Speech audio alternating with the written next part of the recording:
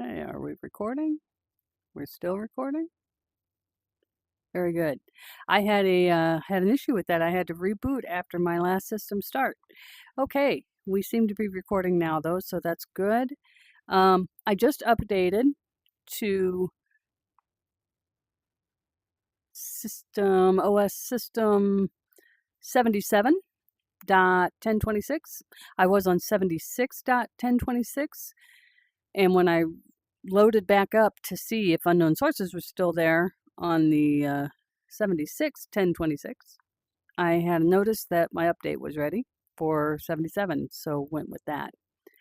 I'm going to suggest people that have not done so, update and back up before shutdown, toggle that on. Maybe that's the reason my unknown sources have been stable. I'm not sure, but they are here where I expect them. I expand this from my library, expand unknown sources. The other suggestion I'm going to have is that you go ahead, if you don't have it and you previously did, but it's gone now, go ahead and put in SideQuest again. That will take you through to make sure that your developer mode is on. SideQuest is an approved unknown source, if you want to call it approved. It's a known entity from Meta, so there shouldn't be any conflict as to whether or not that is on your headset and usable. I have unknown sources there that were there just for testing. You don't need all the rest of it. But I don't have and never have had the Gorilla Tag APK, but I know a lot of people do. And maybe for whatever reason that's getting removed and you can't even tell because your unknown sources are gone that you don't have it, because you can't tell whether or not it's there because the tab itself is gone. And so you don't know if the application is still on your headset and just unseen or what have you. So that's my suggestion. Put SideQuest on as a source that's unlikely to be removed by the system. And SideQuest is just decent to have anyway. So get that put on there. It'll take you through the necessary things that you have to have unknown sources. Mine have persisted through all these updates. I don't know what version 79 will bring. Hopefully, I won't have too much trouble. I already miss not being able to make my screen bigger than this. That's, already here. I miss not being able to make that large. If I go into theater mode, then yes, it's huge. I actually have to go physically. I have to walk into my hallway, point my laser at this room that I use for doing my recording in VR, and then reset my view, and then walk back into this room so that I can then be close to the window that's there, because I can't drag it close to me otherwise. And I would rather have, yes, I can drag this closer to me, but only so far, and it makes weird angles and things like it's less accessible than it used to be. And I'm worried with the new UI that's coming, that's got like a gray schmear, and then you just see the little icons that are ahead of it. I'm concerned. I hope that they leave the option for this legacy view in place for accessibility purposes. Please, please, please don't remove this entirely. Give people the option to have the legacy view if they want it. Choices are always better than none. I would much rather have the choice of being able to make this window larger so that, it can be maybe a third or 2/3 bigger, but not as giant as theater mode, which is, you have to kind of crouch on the floor, repoint depending on what part of the screen you want to see, because it's not easily movable when it's in theater mode, but it's big, which is what you need. They took away choices. That's all I'm going to say about that. And yes, very odd that I didn't have the recording mode that I expected to have. It kept turning off after a couple seconds. That was strange.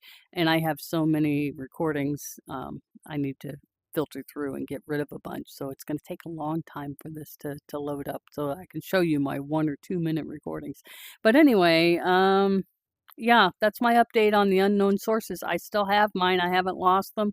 That's my suggestion. I don't know if it will work as a suggestion, but maybe it will keep your unknown sources tab where it's supposed to be or where you expect it to be, either in this left side menu or this drop down. It's not in the drop down now, but it has been sometimes.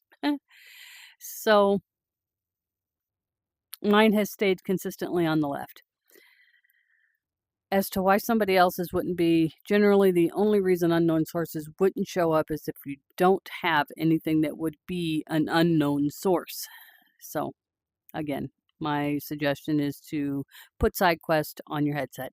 Even if you're not going to use it, it's an app that should persist. And then also in your settings, mark that option for backing up, update and backup. Trigger that on, see if that helps. Maybe when I have OS updates, like this one certainly said OS updating. Maybe that's helping keep anything from being deleted that I don't want deleted. The fact that I'm got a backup. So if you're not backing up, go ahead and back up. All right, I guess that's about it. Thanks very much, everybody. I'll see you later. I don't know, just as a side note, I don't know how the Borderlands VR is going to go. I may have to do just plain old recording of it and then uploading that. I may not be able to live stream it. The tax that it takes on my computer, my laptop, to run the game and do the recording with the live stream. Not recording, I'm sorry. The tax that it takes to run the game and do the live stream at the same time might be a little bit too much for my system. And I think it's causing some issues. So I may need to simply record and upload. I'd rather not do that. My hope, the reason I waited all this time was to try to get a live stream capable system going where I could run it. And I just don't know if it's going to be possible. I just don't know.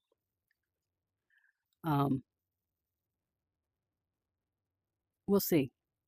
So far, I mean, I don't get a lot of people checking out the live streams as it is.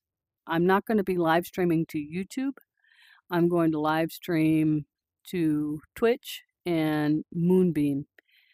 Fingers crossed that just doing 2 instead of 3 will help.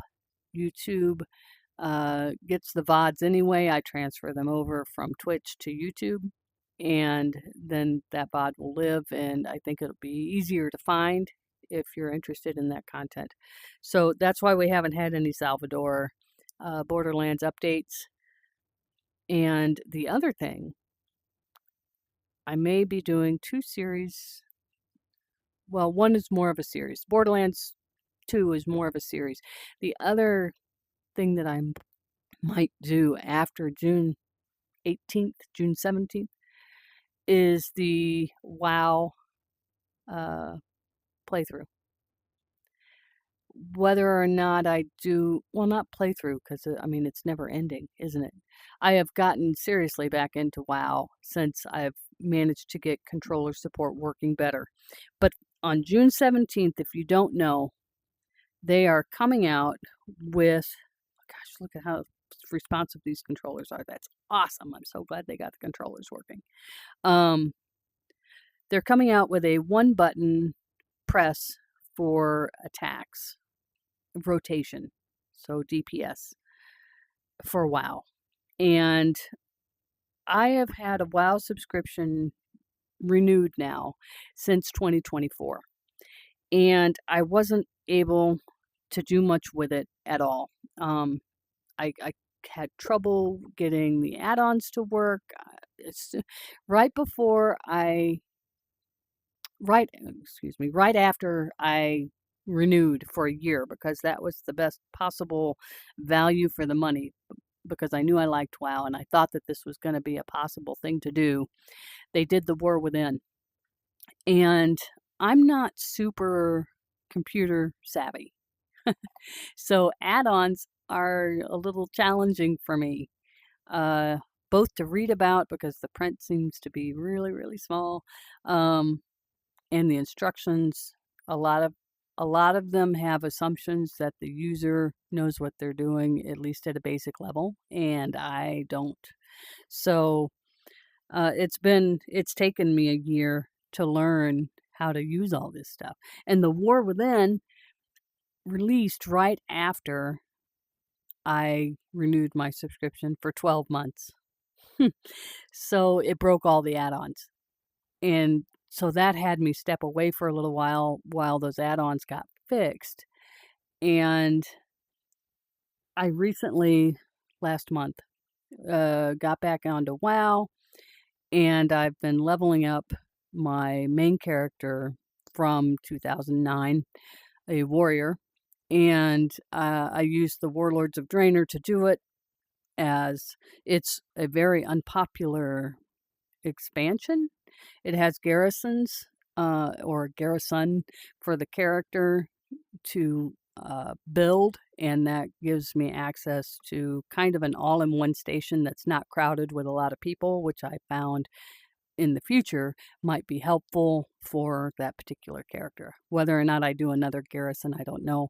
My detriment to myself was that I didn't have gear that I could just step into that would be good. My max level gear that I stepped out of WoW in 2009 was made to be so trivial that I probably could have walked around naked and had just as much impact on the mobs. So leveling was a little harder. I couldn't take on some elites and that kind of thing until I slowly but surely built up my gear level. Even though I'm a blacksmith, I wasn't even able to make myself gear. They changed that system, and I'm still trying to learn how to do the blacksmithing again. It's crazy, but I have found that I am a bit hooked on WoW again since being able to get the controller, mostly solo only controller. I still need to use my mouse for a few things, but I have not had to use my keyboard for things. But anyway, I think the single button uh, press will help with allowing me to have access to more buttons when I'm in VR. So uh, I have a hunter that I want to take up to uh, to level up. I haven't used my character boost free thing that I got with my renewed subscription. I still have it, but I haven't used it. Um, I've found that playing my warrior, I'm actually learning more about how his skills work and that kind of thing, because I've forgotten more than I ever knew, probably, regarding his rotation. I used to be a tank, and, it's been 15, 16 years, and you just don't retain what you don't keep up with.